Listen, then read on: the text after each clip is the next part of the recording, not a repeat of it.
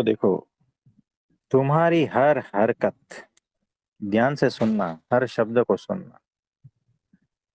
तुम्हारी हर हरकत, यानी तुम जो भी कुछ कर रहे हो सुबह से शाम तक, जी। हर आचरण, हर स्थिति, हर विचार, हर भाव, हर मान्यताएं, यानी सारा कुछ आ गया ना। जी प्रभु जी। अहंकार से लेकर सब कुछ आ गया। यानी तुम्हारा हर कुछ, उसके लिए अगर तुम्हारे पास रीजन है, कारण है, तर्क है, दलील है, तो समझना तुम बहुत बड़े बंधन में हो। तुम बदलना नहीं चाहते, तुम और झगड़ते जाओगे, जकड़ते जाओगे, यानी और बंधन में बंधते जाओगे। जी प्रभु जी। ये सूत्र। तो क्या कहा कि आपने कुछ हरकत की, आपने कुछ ऐसा बिहेवियर किया, आप कुछ बोले, आपकी कुछ मान्यता है, और उसके पीछे आपका कुछ ना कुछ रीजन तो रहेगा ही। मैं वहां गया था, तो कुछ रीजन है। हाँ जी। तो देखो, आपने किसी को कुछ बोला, लोग पूछेंगे आपको कि आपने ऐसा ऐसा बोला, आपके पास रीजन रहेगा, कारण रहेगा, उसको जस्टिफाई करने का तर्क रहेगा, दलील रहेगी, सब कुछ रहेगा। जी। यानी आपने अपने शब्दों को जस्टिफाई किया, दलील लेकर उसे बचाया। जी। आपने अपने बिहेवियर को दलील से बचाया कि मैं सही हूं। आपने अपनी स्थिति को, यानी आप कौन सी भी स्थिति पर हो, आप दुख की स्थिति में हो, सुख की हो, गरीब हो, अमीर हो, कुछ भी हो, कैसे भी हो, आपने रीजन दिया ना उसका। यानी मैं गरीब हूं क्योंकि, रीजन दे दिया ना आपने, जी प्रभु जी। है ना। तो क्योंकि ऐसा ऐसा है, आपने उस जिम्मेदारी को दूसरी पर डाल दिया, दूसरे संजोग पर डाल दिया, है ना। यानी मैं पढ़ाई नहीं कर पाया क्योंकि ये था, ये था, वैसा वैसा था, ठीक है ना। ठीक है जी। यानी मेरी जो भी स्थिति है, मेरे जो विचार है, मेरी जो मान्यता है, सब कुछ आप पकड़ लेना।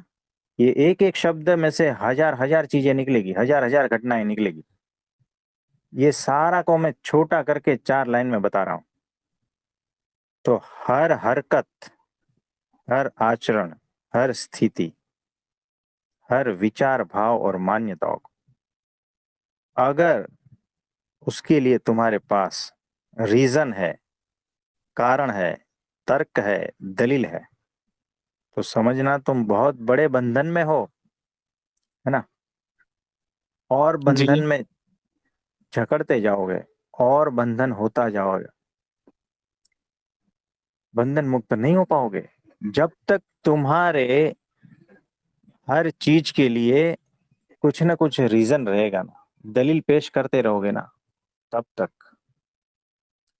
मैं कहता हूं, तुमने गुस्सा किया था, अब बताओ, बचाव के पक्ष में आ गया ना आप, क्या हाँ जी करता। प्रभु जी। उसका बिहेवियर ऐसा था, मेरे से गुस्सा हो गया, रीजन दे दिया ना आपने। आपने अपने गुस्से वाले स्वभाव को बचा लिया और बंधन में चले गए। मेरे भीतर लालच उठ गया था, क्या करता मैं, है ना। वो फोर्स ही इतना कर रहा था, रीजन दे दिया ना आपने, जी। बात खत्म हो गई। रीजन जैसे ही दिया आपने अपने दोषों को बचाने के लिए, तो दोष बड़े होते जाएंगे। आप क्या कर रहे हो पता है, आप अपने जितने भी दोष है, जो बिहेवियर से, जो वाणी से, जो भाव से, जो विचार से प्रकट हो रहे हैं ना, ये दोष ही तो है। ये सारा जी। कुछ जो आप वर्तन कर रहे हो, हाँ जी। ये सारे के पीछे कुछ ना कुछ दोष है। जी।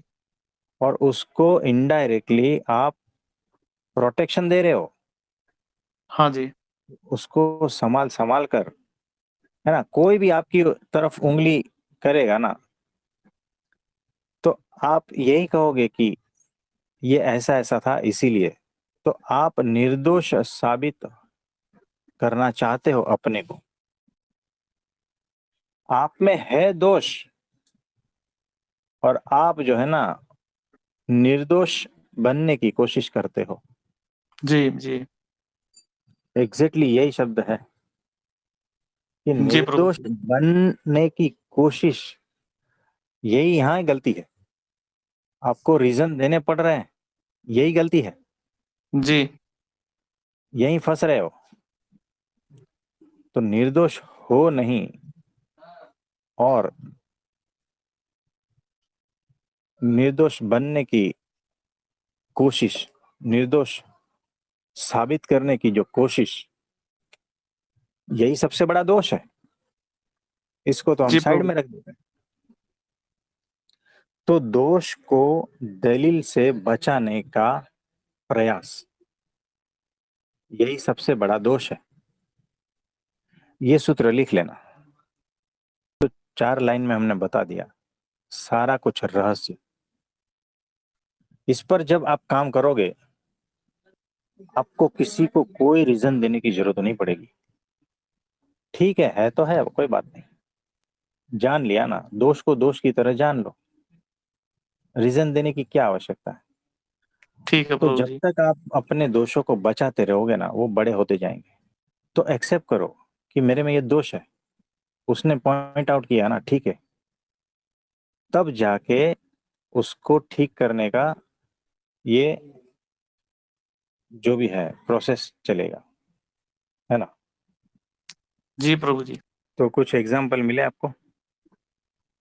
प्रभु जी, इस टाइप के तो अनेक एग्जाम्पल थे जी पहले कि भी हम लोग कोई भी गलती करते थे उसको हम उसके सपोर्ट में तर्क देते थे। हम्म। लेकिन अब तो बहुत वो है जी कि मेरी पत्नी भी लगातार सत्संग सुनती है, वो भी हमें टोक देती है कहीं पे भी, एक भी आपकी इस बात में अहंकार झलक रहा है। हम्म। तो हम उसको मान लेते हैं अब कि भाई हाँ वाकई में ये अहंकार था और ये हमारी गलती थी, हम इसको अवॉइड कर सकते थे। हाँ। तो ऐसी स्थितियां होने लगी जी कि अब एक्सेप्ट करने में है ना, 10 आदमी के सामने भी एक्सेप्ट करने में कोई दिक्कत नहीं है जी अब। हाँ जी, ये होता है, सहज हो जाते हो आप, सरल हो जाते हो आप, निर्दोष बनने लगते हो। दोष हाँ नहीं जैसे पहले। जैसे हटता जाएगा ना, हाँ जी। वैसे आप निर्दोष बनते जाते हो। देखो, ये सूत्र है, दोष जैसे जैसे हटता जाएगा, वैसे वैसे आप निर्दोष बनते जाओगे। ये तो सामान्य चीज है ना, हाँ प्रभु ये जी। सामान्य सेंटेंस है, लेकिन ये बहुत गहरा मीनिंग रखता है। दोष धीरे धीरे हटते जाएंगे, आप निर्दोष बनते जाओगे। जी ये प्रभु जी। सिंपल स्टेटमेंट है, लेकिन बहुत गहन है। तो निर्दोष इतने होते जाते हो ना कि सहज होते जाते हो। कि कोई कहता है यार तुम अहंकारी हो, हाँ भाई हो सकता है, ठीक है, आप कह रहे हैं बराबर, लेकिन जी। भीतर से जो है ना, ना उसके फेवर में, ना उसको बचाने में कुछ भी भीतर से एक परमाणु नहीं हिलता। इतने निर्दोष और इतने सहज हो जाते हो। कोई कहता है आप बहुत गुस्सेल हो, तो आपको पता है गुस्सा है ही नहीं, इतना सहज हूं मैं। नहीं तो कोई कहता है तो तुरंत गुस्सा आता है, ये उसका लक्षण है कि गुस्सेल हो। है हाँ जी, हाँ जी प्रभु जी। ना। तो ऐसा है। तो मेरे पास यहाँ लोग आते हैं, मुंह सड़ा होता है, हम कहते हैं ये तम्बाकू मत खाओ, ये गुटखा मत खाओ, ये बीड़ी मत पियो। तो उसके लिए रीजन देते हैं, अरे साहब क्या करते हैं हम, सुबह से शाम तक काम करते हैं। तो मैं कहता हूँ काम तो मैं भी करता हूँ, जी। अरे हमें थोड़ा टेंशन रहता है। टेंशन तो हमें भी रहता है, दवा देने के बाद में पेशेंट का क्या होगा, ये ना मैं जानता हूँ ना वो जानता है। जी। जी। सबसे बड़ा टेंशन नहीं है क्या, हाँ जी। है ना। मैं कहता हूँ मोदी जी को तो आपसे ज्यादा टेंशन है, वो थोड़ी दारू पीते हैं, वो थोड़ी तम्बाकू खाते हैं। अरे नहीं जी साहब, सुबह में संडास साफ नहीं होता है, तो इसके लिए मैं तम्बाकू खाता हूँ। तो ये सारे रीजन है उसके तम्बाकू की आदत को बचाने के जी लिए। जब तक आप बचाते रहोगे ना, कोई छुड़ा नहीं पाएगा। आप ही बचा रहे हो ना। हाँ जी उस दिन क्या कहा था मैंने, आपके बीच में, आपको हाँ जी मिलने से हाँ आप जी ही बाधा। हाँ जी, हम ही बाधक हैं उसमें। हो गया ना बाधा, कौन समझाएगा बिल्कुल भाई। प्रभु जी। तो जब तक रीजन देते रहोगे ना, अपने दोषों के सपोर्ट में जब खड़े हो जाते हैं ना, बच्चा देखो मारपीट करके आता है, उसकी माँ है ना उसके फेवर में खड़ी हो जाती है। मेरा बच्चा ऐसा कर ही नहीं सकता, जो भी कुछ किया होगा तेरे बच्चे ने किया होगा, है ना, लड़ाई जी झगड़ा सब, तो उसके फेवर में खड़ी हो जाती है, बच्चे को सपोर्ट मिल जाता है। अब बच्चा बताओ, उसमें हिम्मत आ जाती है, अगली बार मेरी सरकार, है ना, हाँ जी तो दोष की सरकार बढ़ जाती है अगली बार। तो ये होता है, दोष बड़े बड़े होते जाते हैं, फिर एक दिन जो जी है ना वही दोष उसकी माँ को काट के खाते हैं। हमारे भीतर ऐसा ही है, अनंत दोष भरे पड़े हैं, और हमें पता ही नहीं है, हम बेहोशी में उसको रीजन दिए जा रहे हैं, सपोर्ट में खड़े हैं हम। अहंकार दूसरा रूप धारण करके आपसे अहंकार का ही पोषण करवा रहा है, उसका ही बचाव करवा रहा है, आपको पता ही नहीं जी है ना। आप ऐसे एकदम निसहाय हो, बताओ, इतने भयंकर भीतर इतने राक्षस पड़े हैं, आप बिल्कुल निसहाय हो, बिल्कुल। जी कोशिश करके देखना, मेरे से दारू नहीं छूटती, है ना, मेरे से ये दोष नहीं जाता। कितने भयंकर राक्षस पड़े हैं, आप निसहाय हो। तो जब तक आप जो है ना उसके फेवर में, उसके पक्ष में खड़े हो ना, तब तक कुछ भी नहीं होगा। जी प्रभु जी। कोई पेशेंट आता है ना, और उसको डाइट प्लान देते हैं, हम कहते हैं कि सुबह में चाय नहीं पीना है, बात खत्म हो गई, चाय छोड़ नहीं पाता है। अरे एक ही वक्त तो पीते हैं, वो भी छुड़वा दोगे क्या, हाँ जी कैसे चलेगा। फिर कैसे भी करके है ना एक दिन तो नहीं पीता है, फिर उसका बॉडी कहता है, अरे उसी का ही अहंकार कहता है, उसी की ही वासना अलग रूप से सामने खड़ी होकर कहती है, देख भाई, आज तूने चाय नहीं पी है ना, तेरा सर दुखेगा, दुखेगा सर। देख भाई, आज तूने खाना नहीं खाया ना, तेरा किडनी फेल हो जाएगा, होगा कुछ ना कुछ, उसको पेट में दुखेगा, कुछ ना कुछ रीजन आएगा, है ना। जी उसके हाँ फेवर जी में उसी का ही अहंकार उसके फेवर में खड़ा हो जाएगा कि देखो रीजन पक्का है ना।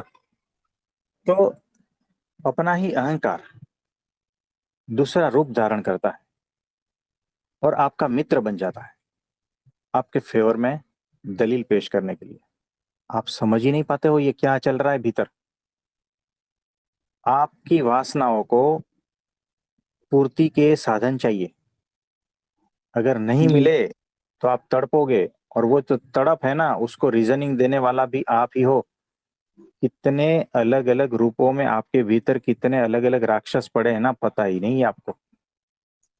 बिल्कुल प्रभु आप जी। एकदम निसहाय हो, एकदम निसहाय ना। मेरे से ये छूटेगा नहीं, नहीं मुझे तो आत्मज्ञान चाहिए, मुझे मोक्ष चाहिए, मुझे मुक्ति चाहिए, मेरे से ये छूटेगा नहीं, ऐसे करके बैठ गए। चाहिए सब कुछ, उसके लिए प्रयत्न नहीं करने। तो ये सारा कुछ ऐसा ही चल रहा है, भयंकर महाभयंकर राक्षस बैठे हैं। ध्यान से देखेंगे ना पता चलेगा, अरे कितने कि कौन से नरक में मैं पड़ा हूँ। ये अंतर्दृष्टि जब तक नहीं होगी ना, पता भी नहीं चलेगा आपको, तो ऐसा लगेगा सब कुछ सहज सहज सब चल रहा है, ऐसा नहीं है। तो ये बात है।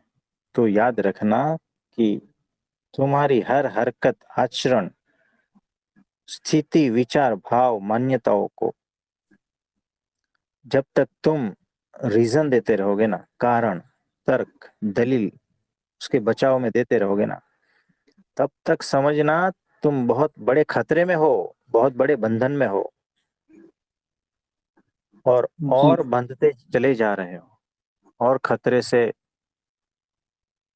खतरे में और गिरते जा रहे हो, नर्क में आगे बढ़ते जा रहे हो। ये सूत्र है। इस पर जब तक चिंतन मनन नहीं करोगे, पता भी नहीं चलेगा कितने निसहाय हो, कितने निसहाय। दया आती है, उसे पता ही नहीं है। बताओ, उस जीव को पता ही नहीं है कहाँ जी प्रभु फंसा। जी। तो जो जागृत है, जो होश पूर्वक है ना, उसको सब दिखाई देता है ये सारा कुछ। तो कभी भी अपने दोषों के पक्ष में खड़ा नहीं होना। नहीं, जे अगर दोषों के पक्ष में खड़े हो गए ना, हाँ जी। सत्पुरुष सामने होते हुए भी आपकी कोई सहायता नहीं करेंगे, न कर पाएंगे, जी प्रभु जी। क्योंकि आप चाहते ही नहीं हो ना। हाँ जी, हाँ जी। आप निर्दोष होना ही नहीं चाहते। हर बार रीजनिंग तो होते हैं ऐसे, बहुत सारे मेरे पास आते हैं, थोड़ा सा कुछ टास्क दे दो ना, रीजन खड़े हो जाते हैं। यानी मैं मेरी परिस्थिति से बिल्कुल भी हटना नहीं चाहता। यानी जितने दोष है वो सारे के सारे मैं बिल्कुल इसमें से एक तिल मात्र भी कम नहीं करना चाहता। हरकतें वैसी दिखा रहा है, हाँ जी। शब्दों में ये दिखा रहा है कि मुझे दोष मुक्त होना है। शब्द अलग है, हरकतें अलग है। ये सारा कुछ है ना, सत्पुरुष की नजरों से बचता नहीं है ना। तो ये बात है। इसमें और कुछ कहना चाहोगे? क्योंकि ये ऐसा टॉपिक है कि सबका है, और भीतर हजार हजार चीजें पड़ी है। प्रभु जी कई बार जैसे मान लो, चलो अपनी कहीं पे गलती है उसको स्वीकार कर लेना, वो तो जरूरी है। हम्म। कई परिस्थितियों में ऐसी होती है, हमें स्पष्ट पता है जी कि हमने कोई गलती नहीं की है इसमें। हम्म। तो उसमें उसमें क्या करना है जी? उसमें रीजनिंग देनी है कि नहीं जी फिर? देखो कैसा है, हमें पता है हमारी कोई भी गलती नहीं है। तो जो आत्मज्ञानी है ना, उसको कोई रीजनिंग की जरूरत ही नहीं है। क्योंकि मेरी गलती नहीं है, फिर भी मैं कुछ रीजनिंग दे रहा हूं ना, ये भी एक दोष है। क्योंकि अभी भी जो है, मैंने चीजों को अच्छी तरह से समझा नहीं है। यानी समझदारी अभी भी कम है। हमारे गुरुओं को जीवन में देखोगे ना, बिना वजह का जब कोई भी गलती नहीं थी, हाँ जी। फिर भी उनको सहन करने को बहुत कुछ आया। लेकिन भीतर से न विचार बदले, न शब्द बदले, न कोई रीजनिंग का कारण, कुछ भी नहीं। सत्पुरुष के जीवन से आपको पता चलेगा। तो वो भी एक दोष है। हमारी गलती नहीं है, फिर भी हमें कुछ चुभ रहा है ना, जी तो ये भी एक दोष है। तो समझदारी का अभी भी कमी है। तो मतलब कि ऐसा कोई भी परिस्थिति हो जी, रीजन खत्म कर देने हैं बिल्कुल बस। रीजन ही खत्म, रीजन करने वाला ही खत्म, अहंकार खत्म हो गया। अहंकार ही रीजन देता है, उसी को ही तो बचना है। जो बचना चाहता है ना, जी वो अहंकार ही है। जो सही रीजनिंग है जी। देता है ना, वही हाँ जी, अहंकार है। हाँ जी, हाँ जी। वो प्रूव करना चाहता है ना कुछ, कि मैं निर्दोष हूं। निर्दोष न होते हुए भी वो प्रूव करना चाहता है निर्दोष हूं। और जो निर्दोष है उसको प्रूव की क्या जरूरत है? किसके सामने प्रूव करना है, और क्यों? मुझे बताओ क्यों। जी तो प्रभु जी। हमारे गुरुओं ने जो है ना, अपने जान तक की बाजी लगा दी। जान तक पर भी बन आई, यानी मौत भी हो सकती थी, वहां तक सहन किया है। कोई भी दोष न होते हुए भी, कोई भी गलती न होते हुए भी ऐसा किया है। तो समझदारी उस लेवल की है। और मुझे बताओ, अभी गलती नहीं की है। मैं एग्जांपल देता हूँ। 5 साल पहले आपने किसी को गाली दी थी, अब आप उस बात को भूल गए हो, लेकिन उसने याद रख लिया। हाँ जी। 5 साल के बाद में अब मौका मिला है, उसने आपका अपमान कर दिया। अभी आपकी कोई गलती नहीं है, तो वो सामने क्यों आया? आपके सामने आपका कर्म ही आता सही है प्रभु जी। है ना? आपको पता नहीं है, आपकी याददाश्त कमजोर है। हो सकता है इस जन्म की याददाश्त परफेक्ट है, लेकिन पिछले जन्मों की याददाश्त, उसका क्या करोगे? तो यहाँ विदाउट रीजन कुछ होता ही नहीं है, बिल्कुल तो प्रभु क्यों जी, अपने को सही है। बचाना? हाँ, है ना? तो ये इस लेवल तक जाना है। तो संपूर्ण निर्दोष भाव, जैसे जैसे समझ बढ़ेगी ना, आप सहज होते जाओगे, जी प्रभु जी। है ना? तो बचाव में फिर कुछ रहेगा ही नहीं, कौन किसका बचाव करे?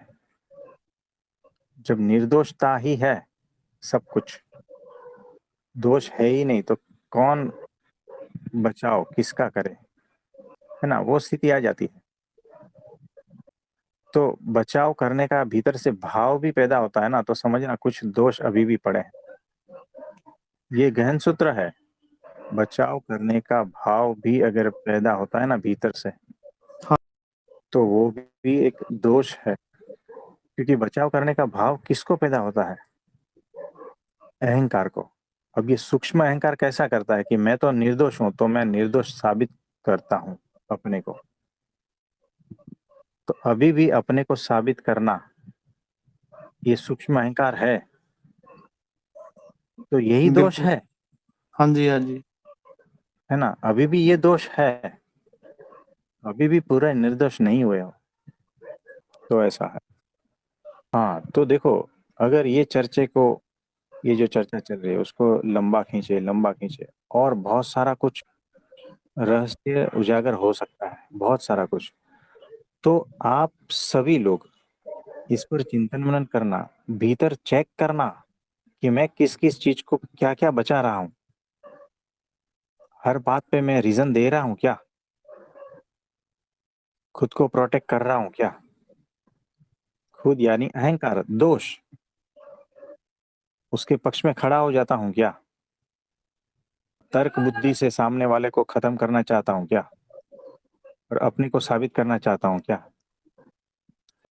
ये तो एक कॉमन सी टेंडेंसी सी बन गई है जी, इसीलिए सभी की जो है ना, लगभग। ये माया की सहजता है, अहंकार की सहजता है, ये मन की सहजता है। इसीलिए हमें पता नहीं चल रहा है, हम बेहोशी में चले जा रहे हैं। जो सहज है ना, उसका पता नहीं चलेगा।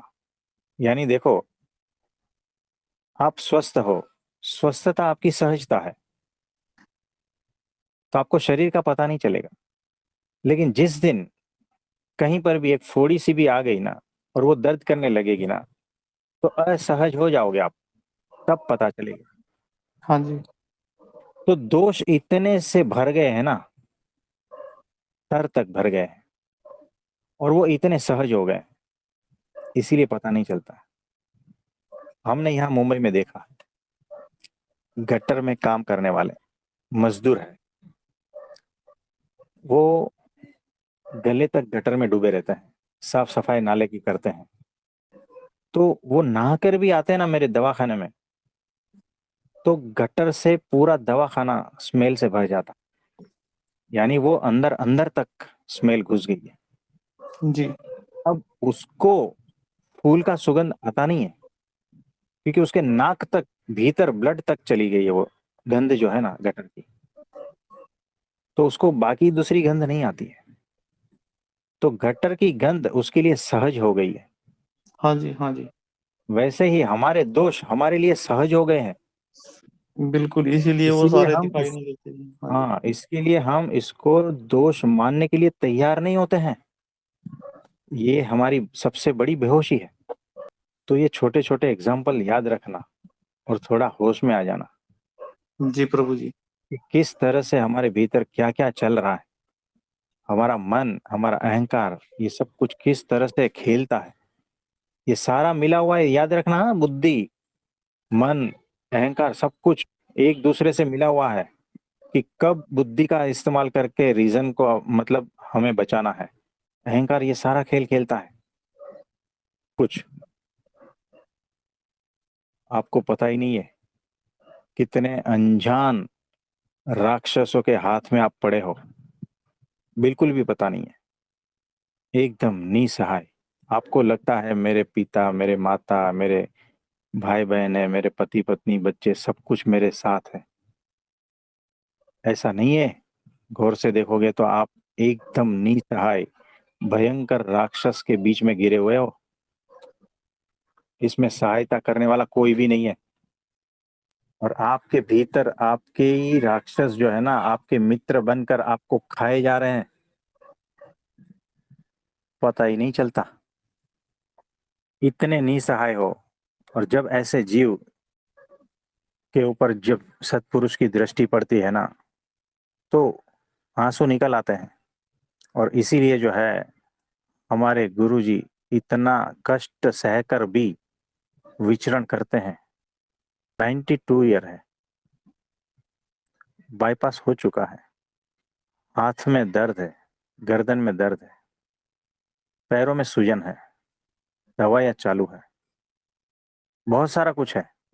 जी।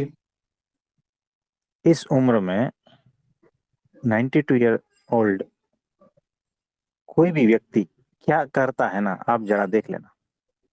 वो खुद बोझ है, खुद निसहाय है ऐसे व्यक्ति, और ये अनंत जीवों के कल्याण के लिए विचरण करते हैं। जी। इतना कष्ट क्यों सहते हैं? क्योंकि उसे पता है कि ये सारे जीव जो है ना, वो खुद नहीं जानते, मुझे तो दिख रहा है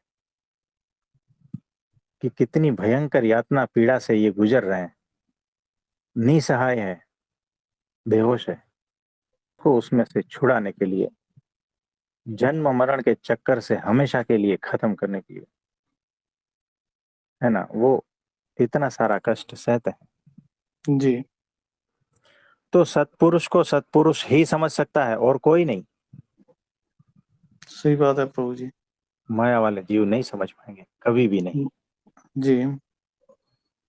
तो ये बात है।